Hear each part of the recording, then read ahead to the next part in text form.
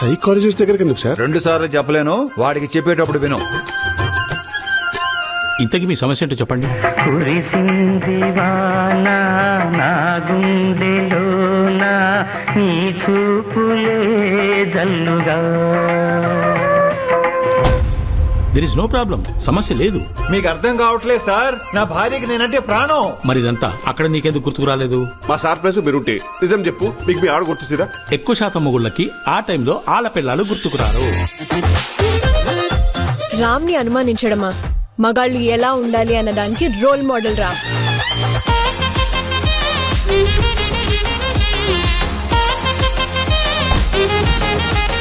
మన బావ కూడా స్పెయిన్ వెళ్ళి వచ్చాడు. అక్కడ ఎవరైనా కలిసి ఉండొచ్చు, ఏదైనా జరిగి ఉండొచ్చు. కమలాసన్ నాయుడు గారు, ఓ భర్తగానే తప్పు చేశాను కదండి. ఎవడైతే తప్పు చేసి ఆ తప్పు తన భార్యకు తెలిస్తే ఎక్కడ బాధపడుతుందోనని భయపడతాడు చూడు, వాడు అసలు సిసలైన నిఖార్సైన భర్త. ఇంట్లో ఎవరెవరు ఉంటారు? అన్న, వదిన, వాళ్ళ అబ్బాయి, నేను, వదినోళ్ళు చెల్లి ఉంటాం.